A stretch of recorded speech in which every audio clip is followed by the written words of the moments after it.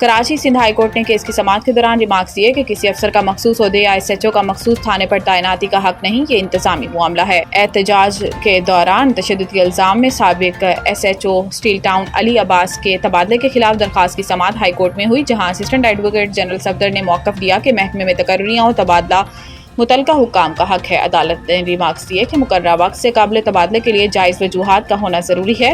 Record کے مطابق درخواست گزار 2 شوکاز نوٹسز جاری ہوئے۔ درخواست گزار کے خلاف محکمانہ کارروائی بھی زیر التواء ہے۔ عدالت نے کہا کہ IG سندھ کو سختی سے ہدایت کی جاتی ہے کہ وہ اعلیٰ تعلیم یافتہ اور اچھے برتاؤ کے حامل SHO تعینات کریں۔ ایسے افسر کو تعینات کیا جائے جس کا ریکارڈ شفاف ہو۔ IG سندھ عدالت کی ہدایات کو نظر انداز نہ کریں۔ عدالت نے قرار دیا کہ پولیس افسران کے تبادلے اور تقرریاں محکمے کا اندرونی انتظامی معاملہ ہے۔ کسی افسر کا مخصوص عہدے یا تھانے پر تعیناتی کا حق نہیں۔ حکام مفادیت اور نظم و ضبط برقرار رکھنے کے لیے تبادلہ کرنے کا اختیار رکھتے ہیں۔ صرف قوانین کی خلاف ورزی کی صورت میں عدالت مداخلت کر سکتی ہے۔